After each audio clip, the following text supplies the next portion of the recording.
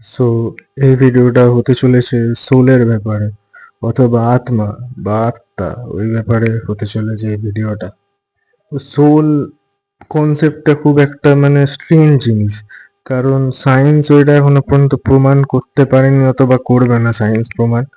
আর এটা একটা স্পিরিচুয়াল সায়েন্সের মধ্যে পড়ে, প্যারা মানব বিজ্ঞান অথবা প্যারা সাইকোলজির মধ্যে পড়ে। আর আমি একটা স্টুডেন্ট ছিলাম অনেক আগে, তো ওই প্যারা তদন্ততে আমি কাজ করতাম একটা সময়। তো এখানে আমাদের অনেক কটা স্টোরি আছে, আমরা অনেক কটা পেশেন্ট এরকম দেখেছি। তো ওটা সাইকোলজিতে ছিলাম, আমরা সায়েন্সের মাধ্যমে পড়াশোনাটা করেছি। তো ওর মধ্যে অনেক কটা কেসেস আছে। তো প্রথম কথা হচ্ছে সোল, যেটাকে আমরা বলি, বা আত্মা, এটা প্রচন্ড একটা ডার্ক ম্যাটার বলতে পারো, স্পিরিট, মানে ডার্ক ম্যাটার। এটা বোঝা যাবে না এক টাইপের।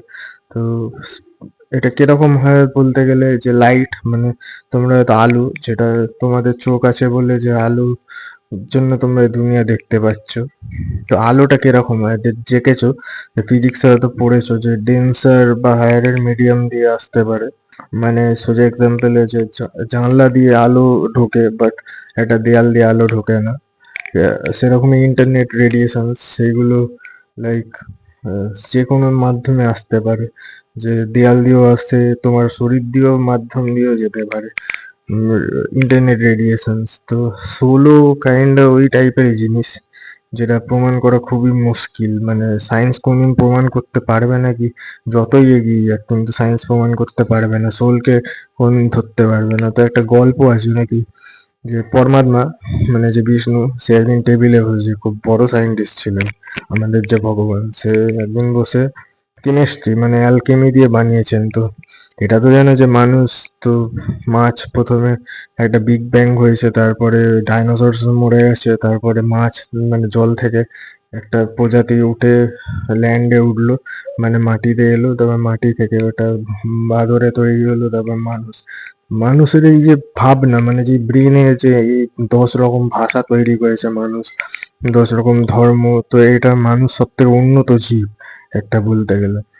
আর সোল তো আছেই।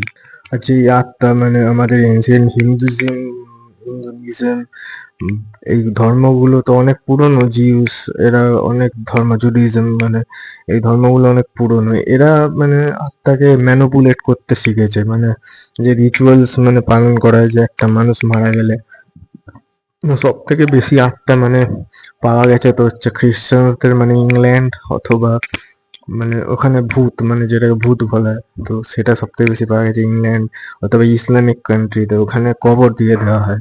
তো আত্মা আর শরীর কিন্তু আলাদা নয় বলতে গেলে, আত্মার শরীর আলাদা নয়। এটা যারা বলে খুব ভুল বলে কথাটা। আত্মা অমর, এটার কোনো প্রশ্নই নেই, আত্মা সত্যি অমর। আর তো এরকম ব্যাপারটা হচ্ছে, আমাদের হিন্দুইজমে যে বডিটা জ্বালিয়ে দেওয়া হয় আর রিচুয়ালস পালন করা হয়, তো দ্যাটস ওয়াই এই যে আত্মারা, এটা আবার হয়তো, জানি না, আমিও মানুষ তোমাদের মতনই, তো হয়তো জন্মগ্রহণ করে আবার শরীর পায়।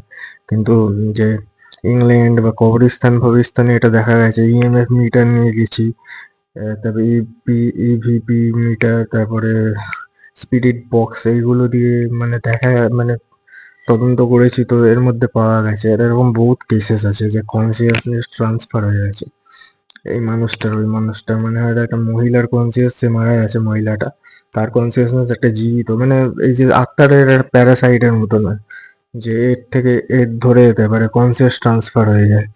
তো যখন তোমার হয়তো কোনো আত্মা ধরেছে, তখন তোমার প্রবলেম হবে যে মেন্টালি ডিপ্রেশনে চলে যাবে। আর যদি খুব বাজে অবস্থা হয়, যে তুমি খুব দুর্বল হও, একটা কথা আছে যে লিয়াজা হচ্ছে শয়তানের সবজি, আর মদ হচ্ছে শয়তানের ড্রাগ, মাদক।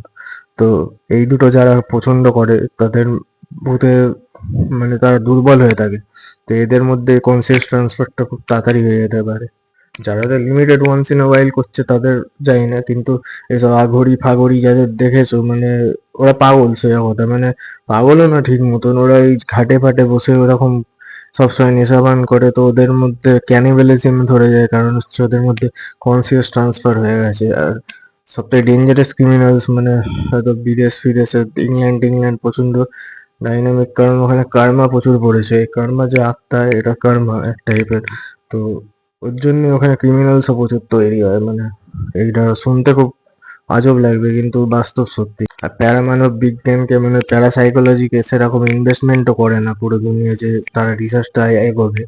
তো তাদের মানে ওটা ধরেই রেখেছে যে কাউকে না জানতে দেওয়াই ভালো। এটাই ব্যাপার হচ্ছে। সায়েন্স এগোবে কিন্তু সায়েন্সের থেকেও অন্য উন্নত সাবজেক্ট আসবে। কারণ আসবেই, কারণ সায়েন্সই খালি শেষ নয় মানুষের জীবনে।